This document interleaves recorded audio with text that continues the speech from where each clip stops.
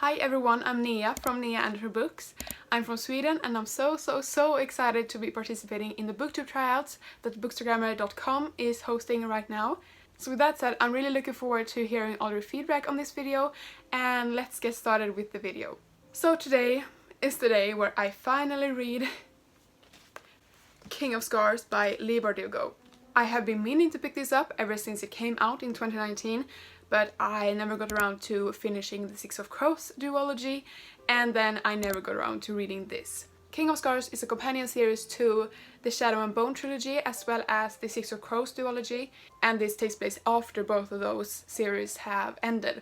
In this book we follow Nikolai and Zoya. Both of those characters can be found in the Shadow and Bone trilogy, as well as Nina from the Six of Crows duology. But when we first meet Nikolai, he is attacked by very dark powers, and this follows him as he tries to first save his country from ruin, as well as he tries to survive from this dark power that tries to overwhelm him and rule him. And Zoya, being the badass woman that she's trying to help the king keep control of their country, and there's a lot of war going on, there's a lot of politics, you might say.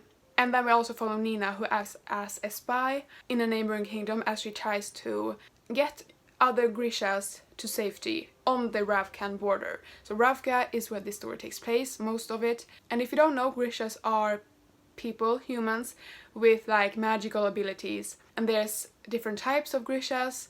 You get to know all about it in the first trilogy. With that said, I'm just gonna put it right here on the beautiful stack that I made. So I read the first trilogy when I was 14. It was a long time ago, but with that said, I remember a lot of this book and I remember exactly what happens in it. I didn't realize until now how much this book meant to me when I read it. I think it's one of the first YA series, fantasy series I ever read. I really enjoyed the whole series. I remember finishing the last book and just running out to my mom, who was sitting in the living room, and I was just talking to her and being all over the place with all my feelings because I had just finished the series and I just didn't want it to be over, and I kept talking about what happened in the book, and of course she didn't know what the hell I was talking about, but I clearly remember loving this series a lot, and so I remember a lot of it. But with that said, I have started this book and I am 60 pages into it, and a lot of the names and characters I do not remember. I remember their names, I remember reading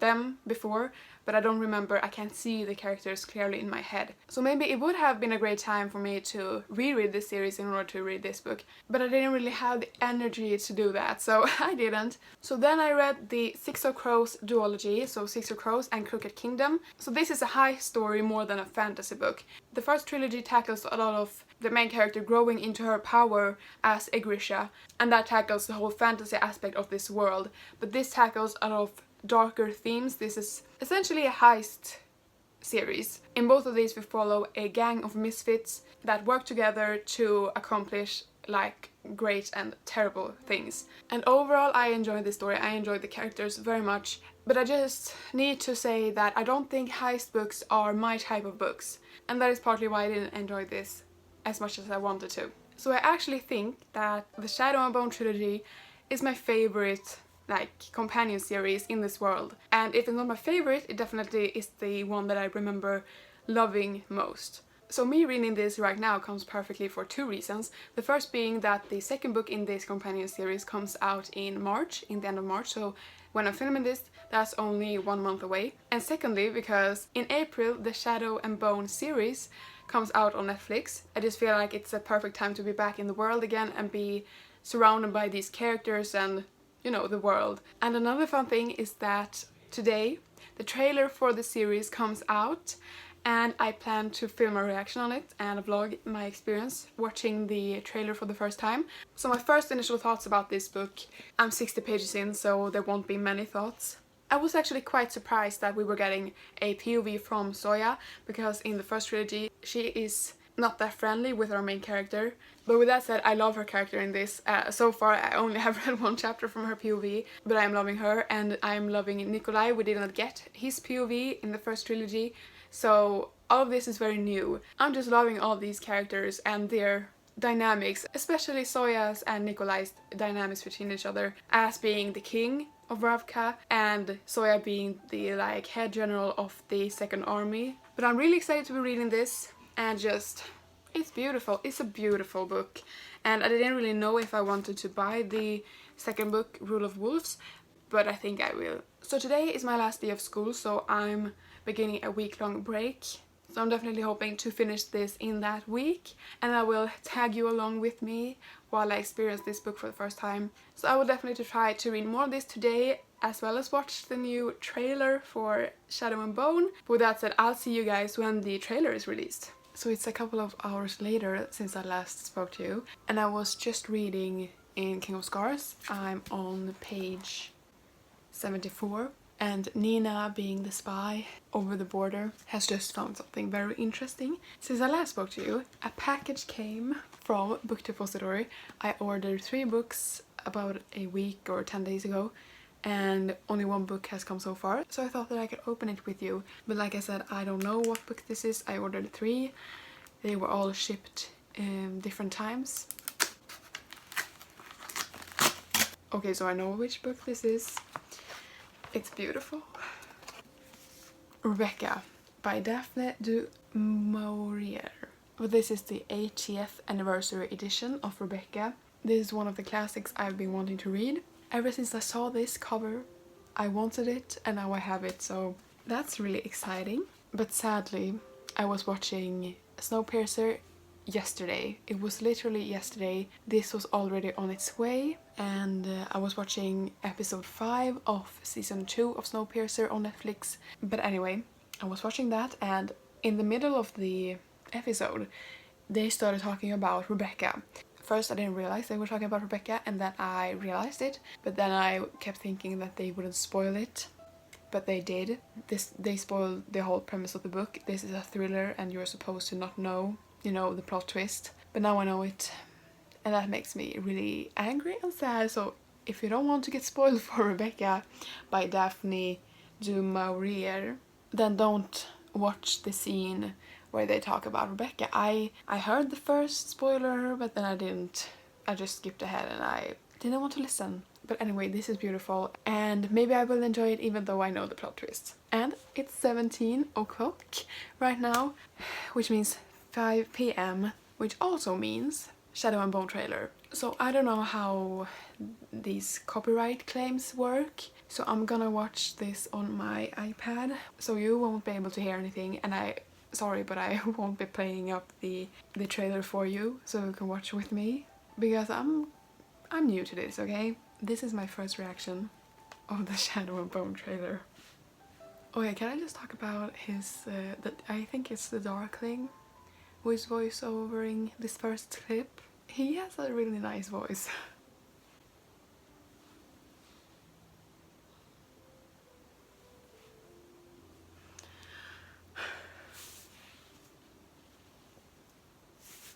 I just saw Ganya for the first time. Okay, so my phone just cut me off, but we just saw Ganya for the first time, and now I'm watching Jesper. The scene right now, can I show you? You can't see very much, okay? But the Darkling and Alina is demonstrating their powers, and I remember this scene so clearly from the books. I just wanted to point that out. My heart. I didn't know that I could react so much to a trailer. I need to watch this on my own and just look very closely to the scenes. But all the Alina scenes, she was great, honestly, in all the scenes that I watched, and the Darkling looks great. His voice is very soothing, and even though I didn't imagine him with a beard, I think it looks great on him. So that was the new trailer that I just watched. It honestly looks amazing. I've been seeing a lot of good Netflix originals, and I just want more fantasy. Netflix did a great job on The Witcher, in my opinion. I have read the books. I was just about to say that I haven't. I have read the books, the Witcher books, and I thought that Netflix did a great job with the Netflix adaptation of The Witcher. I love that series. I just want more fantasy series, and that's why I love that Netflix is doing this for us, the Bardugo fans. And I'm just so happy that this is coming out in April. This is amazing, guys. If you haven't watched the trailer, go watch it. Damn, I'm sorry, I just need to watch this again because it was that good.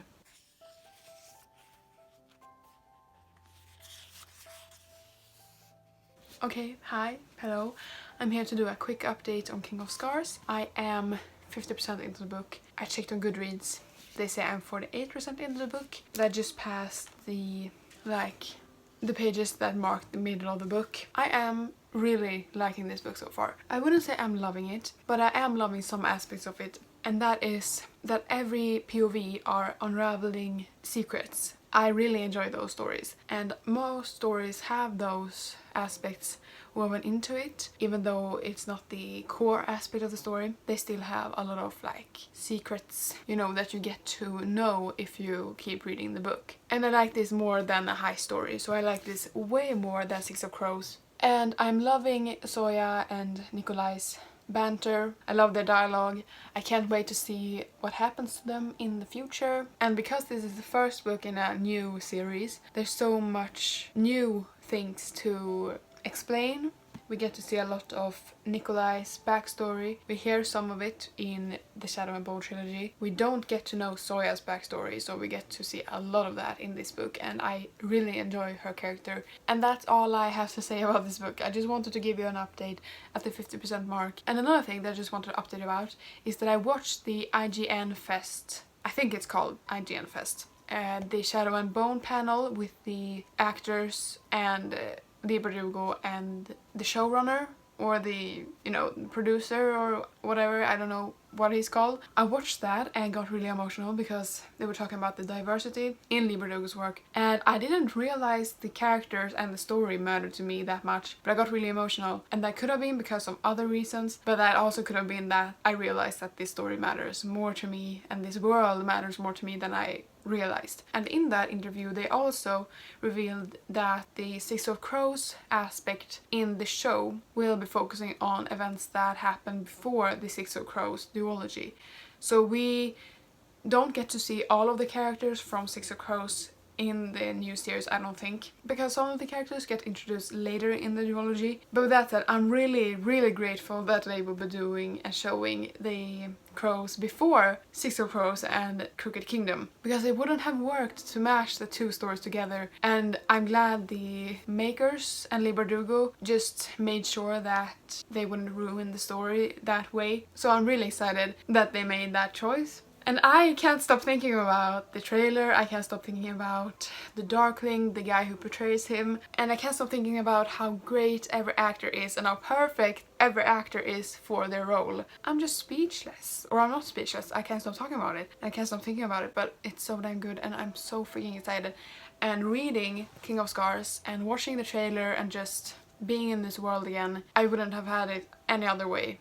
I'm really glad that I picked this up at this time to be in this world again and get ready for the show when it comes out in April. But anyways, I just wanted to talk about that because I'm obsessed. I'll see you guys when I have finished the book, probably. So I finished the book. I finished King of Scars yesterday. I think I'm going to give this 5 stars. I honestly believe that this is one of the examples that shows that YA can't get better than this. In my opinion, it was so well written. The characters have depth, they have a backstory, they have something that matters to them, which relates to me caring about the characters. I also feel like YA doesn't really get there with the high ratings for me anymore. It doesn't give me that satisfactory feel after finishing the book, but this definitely did. And if you have watched other videos from my channel, you will know that this is the case for most YA for me these days. But not with this one. I think I'm going to give 5 stars, but it doesn't feel like 5 stars really.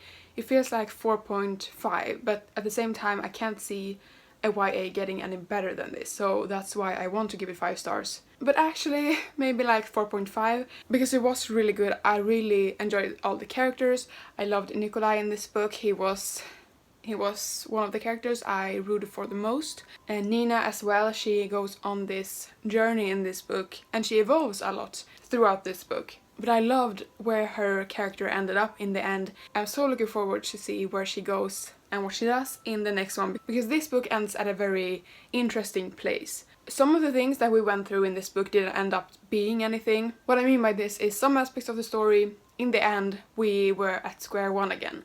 But at the same time, the characters changed a lot, even though the events didn't really, for some characters, lead to anything. it still changed the characters, which I had a reading vlog up on my channel where I read Arch Enemies and Supernova. One of the flaws in Arch Enemies were that I felt like we didn't get any character development throughout that whole book. Like, we had gone through a lot of stuff, but at the end I couldn't see a change in the characters at all. And while this book does the same thing in like we're back at square one kind of, it still changes so much throughout this book. That's what I want from a YA book. I want the characters to change, I want them to have depth, I want to feel for the characters, and this book did that. And also, I didn't expect going into this book and caring for the romance at all, but let me say that I have 2 more ships in this world that I'm very excited about, and I hope that one of them goes the way that I want in the future, but I think that the other will, but you never know. And